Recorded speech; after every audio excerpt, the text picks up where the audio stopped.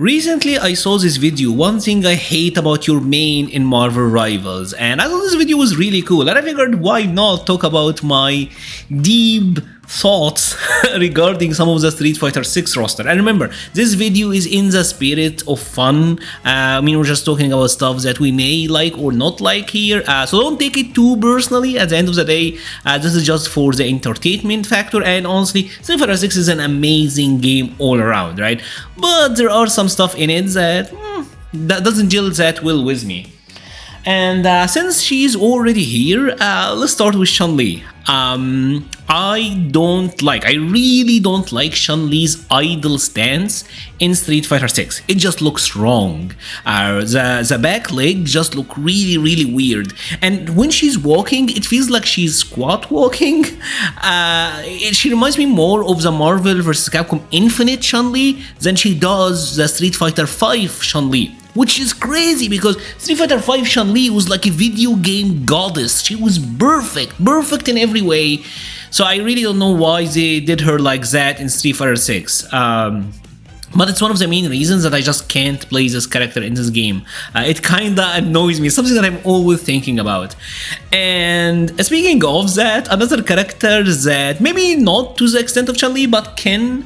I really don't like how Ken fiery uppercuts look in Street Fighter 6. The fire effect in general in this game, it doesn't look that good in this engine. I feel like, at least, like when you compare how his fiery uppercut looked in Street Fighter 5 and even in the City of the Wolves trailer, I feel like it looked much cleaner in these games. Street Fighter 6, the effect. I feel like we could have done it better, and don't get me started on the tattoos that are still like kind of weird when you look at them. Let's now move over to Terry, since we mentioned City of the Wolves. I think Terry is fantastic in Street Fighter 6. He's a really fun character, he's really well designed, but I do have a gripe with him in general, and it's the fact that he doesn't bring a unique factor. Terry, for the most part, is a Street Fighter 6 character. He does have the unique thing about him, the lane switch target combos, but you hardly ever see it because it is really like not viable, which is unfortunate because when you bring like a guest character into the game, you want them to do something unique. Like for example, even in the City of the Wolves trailer, we saw Ken doing like uppercut into Super, which you just can't do that in City of the Wolves. He's already bringing in new mechanics. Not the case with Terry, which that's kind of underwhelming. Moving over to Luke, and I have no issues whatsoever with Luke as a character, his gameplay, his design. I think Luke is really good. What I do have issues with are Luke players, because where did they go? The moment Akuma dropped into Street Fighter 6 frame 1, almost like 80% of the Luke players switched. Yes, he was like really good in season 1 and he got nerfed, but come on guys, like the level of loyalty is just completely disappointing. That's just sad. Then on to Jamie.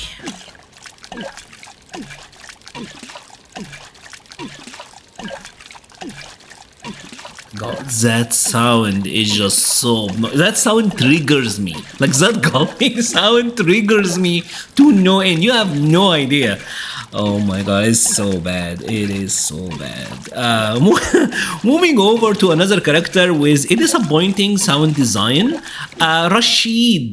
Because I think Rashid's gameplay is perfection and his animations, I think, look amazing. Everything about him is really cool. But look at what we lost.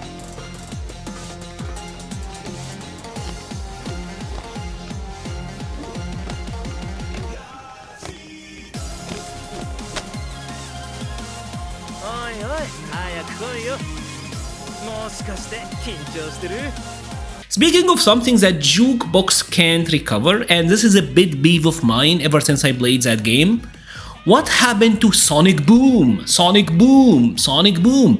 They took away Sonic Boom and he just say perfect, perfect, perfect. And the funny thing about Guile in this game, it is harder to get the non-perfect boom. So most of the time you're either gonna hear perfect, perfect, perfect, or shooty, shooty, shooty. I miss Sonic Boom, Sonic Boom, Sonic Boom. It's a classic. It's a classic, guys. I mean, come on, what we're doing here. Now moving over into a character that I do have some gameplay gripes with, which I really like. Full front, I really like Marisa. I really like her, but her design is so extreme. Like the fact that her damage output can like two touch, like a kind of like a grab and then a punish. That is just too insane. Like, yes, she's supposed to be like big lady doing big damage, and Street Fighter 6 is a high damage game in general, but that design, I don't know. Like, I'm not the biggest fan of characters being that extreme. Hey there, hope you're enjoying the video. If you're liking the video so far but you haven't subscribed, please consider subscribing. I mean, we got an amazing team going up. Join the Mura's EX-Men. We even got like the Emma and Magneto combo, so you know we're gonna dominate.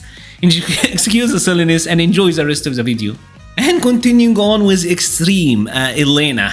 I think Elena is really cool in Street Fighter 6. I am liking Elena way more than I would have ever expected. And I really do like her second outfit, the Street Fighter 3 outfit, but oh my god, the haircut on the OG, it is painful. Like, it is hard to use that skin just because of how bad the haircut is. And I think the skin itself is actually great, and it is something that we can fix with modding, but maybe it was like a cool idea in concept, but it didn't translate well, and that's why you will always be using like the Street Fighter 3 skin. But maybe sometimes you don't want a constant like booty in your face with every animation, which can make playing her a little bit weird sometimes in some circles. This is something that I wish they would have kind of adjusted for Elena. And speaking of, man, my buddy officer Manon is here. And Manon is one of these characters that I do have like a gameplay gripe with, something that I never understood. Why is her OD head grab, which by the way isn't like a very great anti-projectile tool anyway, but that's not my gripe even. Why is this move not cancelable to Super? I will never know. Like, it is good, right? It does have some iframes, but why isn't it not cancelable to Super?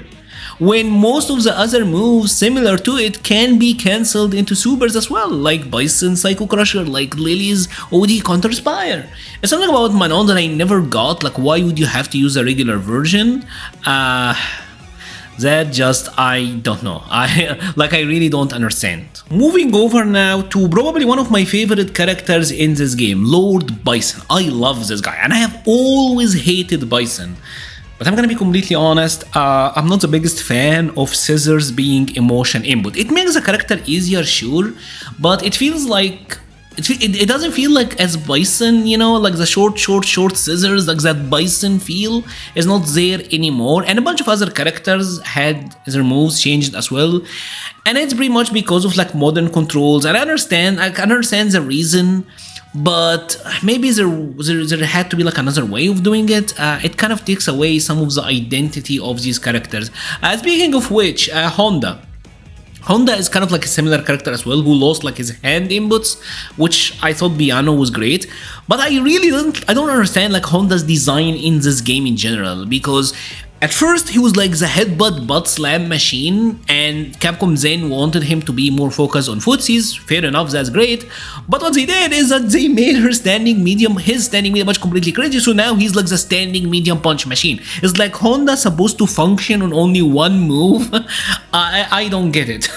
Like, I really don't get like why are they so insistent on making him like the one move guy, which I don't know, that just kind of wild to me. And on the same note of Honda, another character that really disappointed me in this game is Mai, where I think Mai looks fantastic, right? I just hate how good OD Fans is, because it feels like it took over the entire character. She's really cool, she could be doing a ton of things, but you have one aspect, one tool that is so broken that it almost took over the entire character. And as someone that really loves Mai, I hate that she's often referred to or looked at as like the most brain dead character in the game. Like, real talk, that kind of annoys me. Another character that kind of unfortunately is suffering from like the same thing, although not as good, is Lily, because Lily have obviously OD Counter Spire, which is ridiculous, but also her crouching heavy punch. This move is one of the singular best moves in the game. It does everything. It anti-airs, it whiff punishes, you poke with it, you pressure with it. The move is insane in terms to like hitbox, hurtbox.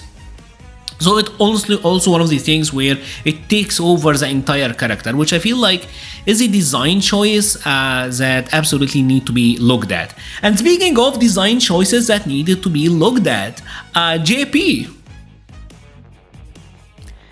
For some reason, Capcom forgot to nerf this move, despite being probably like one of the most broken crouching medium punches. I don't know why. Like, I don't know why they nerfed almost everyone's crouching medium punches except this one very specific best move. Maybe Capcom, it's not too late. Maybe it's time to look into that one. Maybe you forgot to patch it. 14 frames recovery on this disjoint. I mean, come on, guys. What are we doing here? One small pet peeve with Dhalsim is air teleport or just teleport input in general. It used to be like an uppercut motion, so getting the instant air teleport used to take like a lot of execution. It's kind of like a boomer take, but it was something that was really fun. Unfortunately, they took that away, so instant air teleport is very easy. I think that change alone made playing Dhalsim much easier than he had ever been in the previous game. He's still relatively difficult, but yeah. I mean, I saw the Insta Air DB, the Tiger Knee motion was kind of fun. Let's move over to his cousin, Blanka. And Blanka, the one thing that irked me about Blanka is just like his drive rush into Hob, because I swear that's like a teleport. He vanishes, where like your attack will just go straight through him. And it is so annoying. And it's so hilarious when you look at it anyway, and where he's like zipping everywhere. That one is, yeah. That one is a trip. Let's talk about Akuma, and I think Akuma is super cool in this game. But one thing that kind of irks me about him is Raging Demon. The fact that you very rarely see Raging Demons these days, because obviously like it's a critical art, so it is harder to use, and that's just some of its properties, so it's more like a combo tool right now, so you very rarely see it, and oh my god, it looks amazing.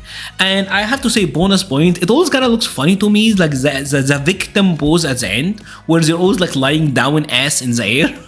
That always will look hilarious to me. That's kind of funny. What is left are just like a bunch of nitpicks, like real nitpicks.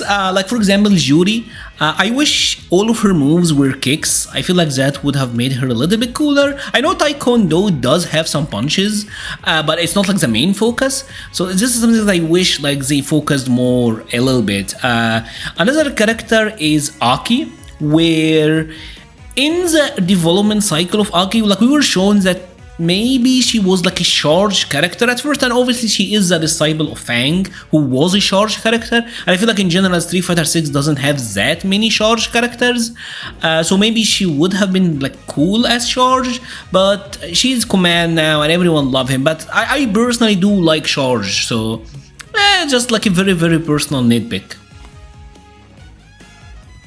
And speaking of, this is a skill issue. Like I must admit, what's coming is a skill issue. But oh my god, when Cammy players do OD hooligan grab into Super. If you play Street Fighter 6, you have fallen for this. We all did, and you will lose games, and it will feel awful when that happens. It happens a lot, and it will catch you. Like, if you played this game, you got caught by that at one point or another, and it always feels kind of rough. Another small nitpick I have is with Deejay, which I think Capcom did fantastic. This is one of the best glow-ups I have ever seen. And Deejay does have this mechanic with his level 2 super, where there is like light, medium, heavy versions, and they will do like increased damage, but also the timing on the bottom presses get changed. And unfortunately, this doesn't amount to that much. Like most of the like average to good DJ players will always use like the heavy and will be able to land it. There is no ever like a reason to use the light or the medium, which I feel like maybe they could have add like some purpose to it. Maybe that would make it like really cool. I don't know. Ed is another character that got a fantastic glow up. Ed is amazing in Street Fighter 6. He's a character I used to hate, but now I absolutely really love his animation. Everything is perfect.